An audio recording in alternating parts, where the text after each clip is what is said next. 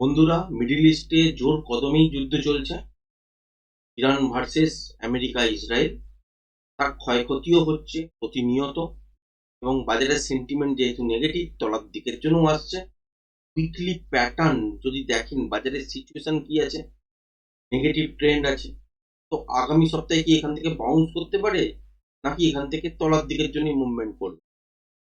আমি কিছু pattern draw করে অলরেডি রেখেছি। সেই প্যাটার্ন অনুযায়ী বোঝানোর চেষ্টা করছি যে আলটিমেট নেক্সট উইকে কি পেতে চলেছেন।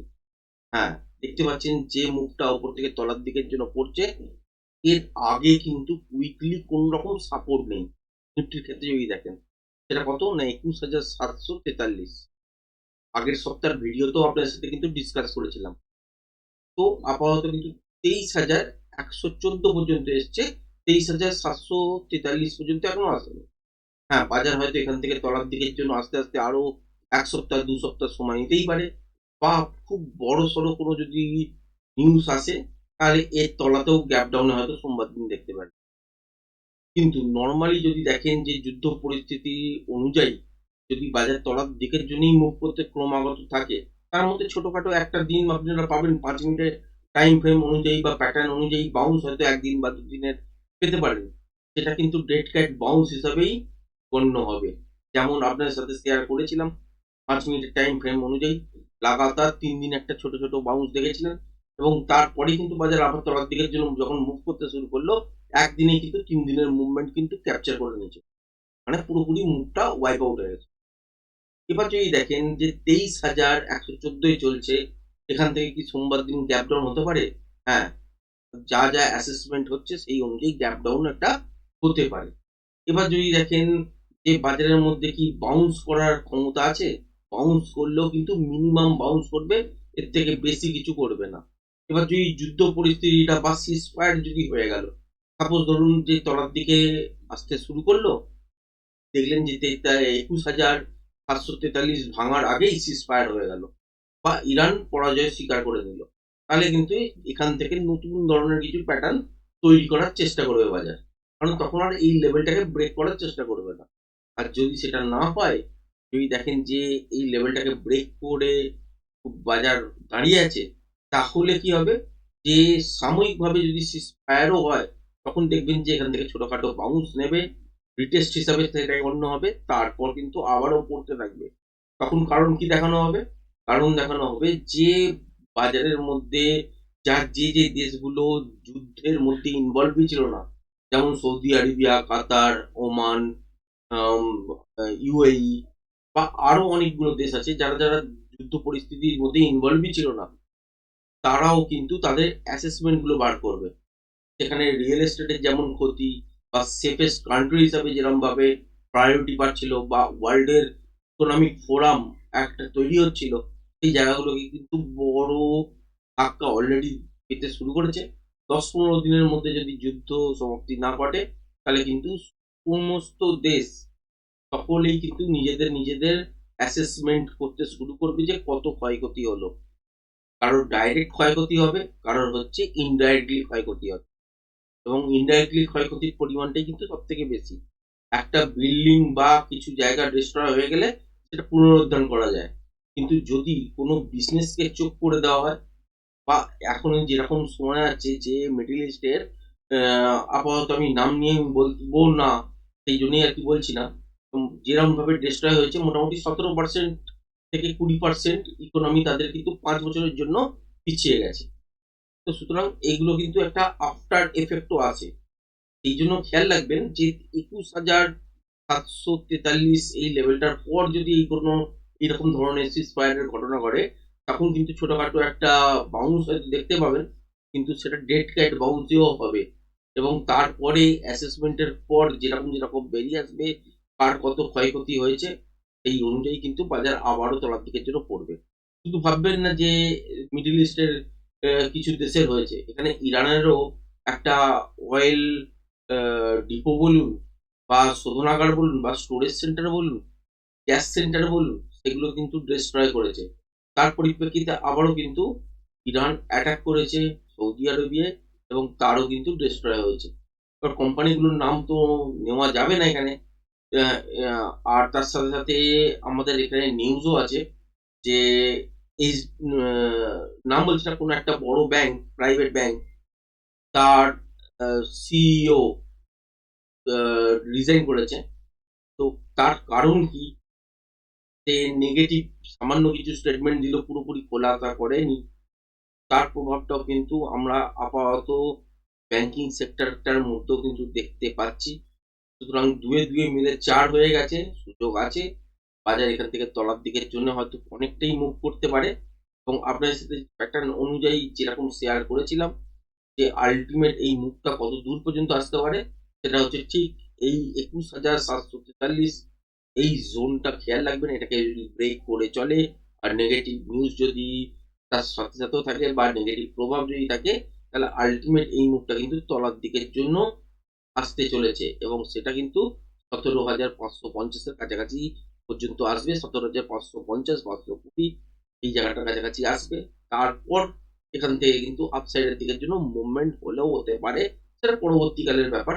এখান থেকে তলার দিকে যে জায়গাগুলো আমরা দেখতে পাচ্ছি, এত দূর পর্যন্ত আসার যে জায়গা আছেই আছে।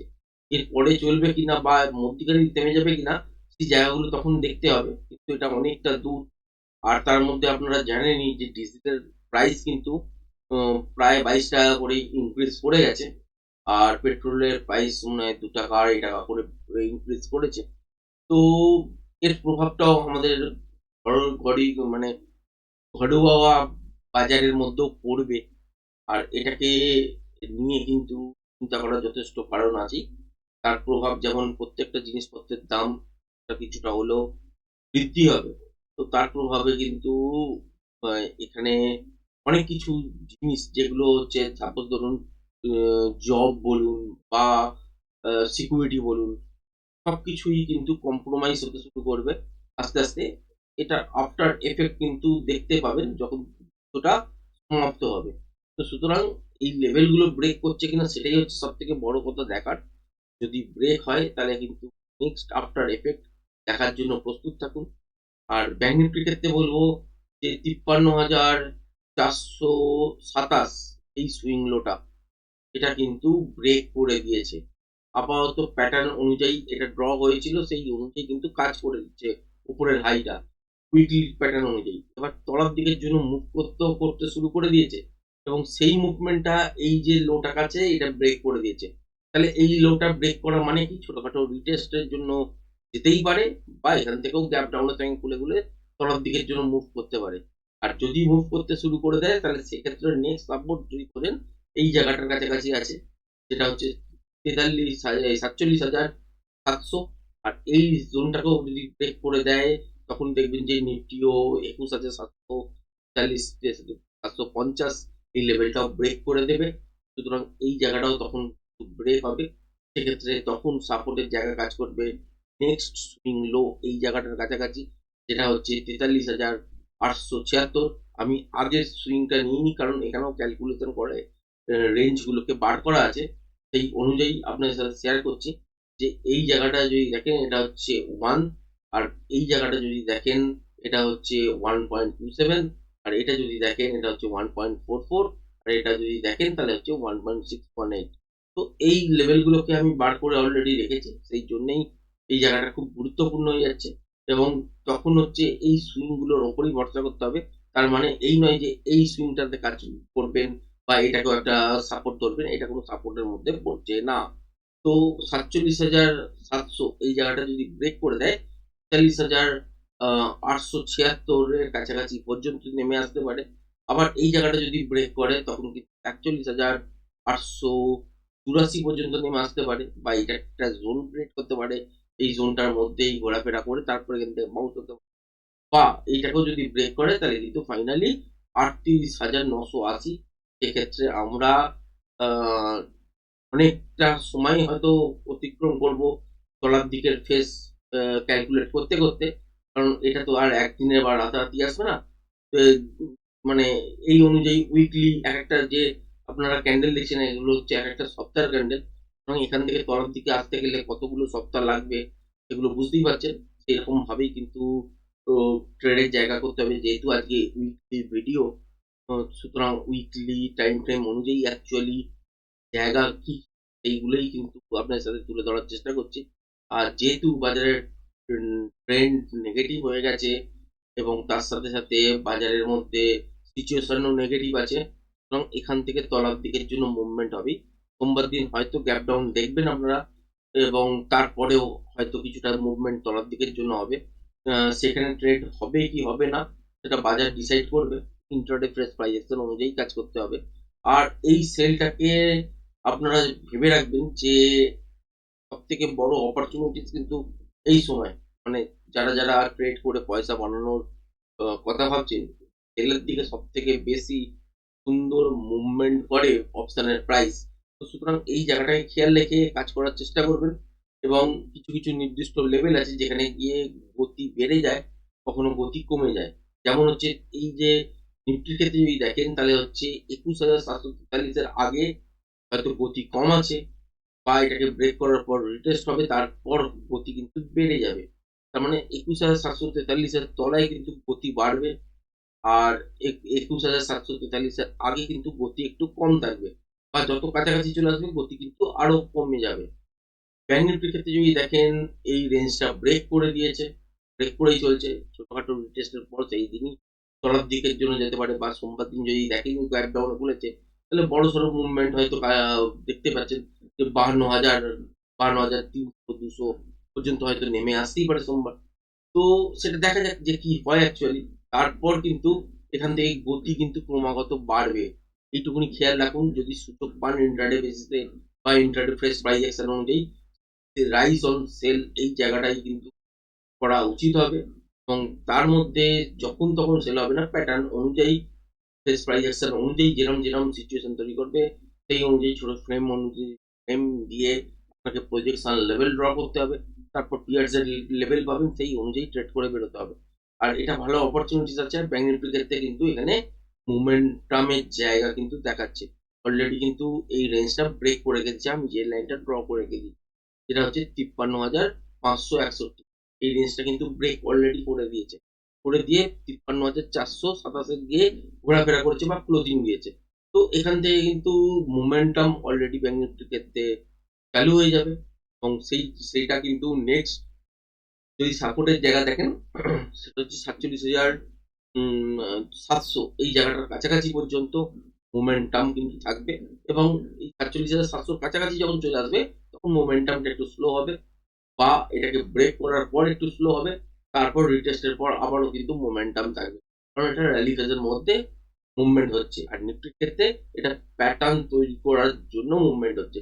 সুতরাং এখানে দুটো মুভমেন্ট যেটা পাবো নিফটির ক্ষেত্রে বা ব্যাংক নিফটির ক্ষেত্রে, এখানে কিন্তু খুব বেটার মুভমেন্ট হবে, এবং খুব বড় সড়ো গ্যাপ ডাউন হলে সেই জায়গাটা তো কিছু করার থাকে না।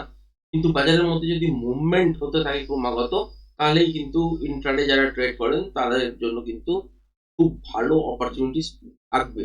আর এই সপ্তাহের বাজারে কিন্তু তলার দিকের মুভমেন্টই কিন্তু এক্সপেক্ট করা যাচ্ছে। তো আজকের ভিডিওটা এই পর্যন্তই রাখলাম। কেমন লাগলো অবশ্যই কমেন্টস থেকে জানাবেন। ধন্যবাদ।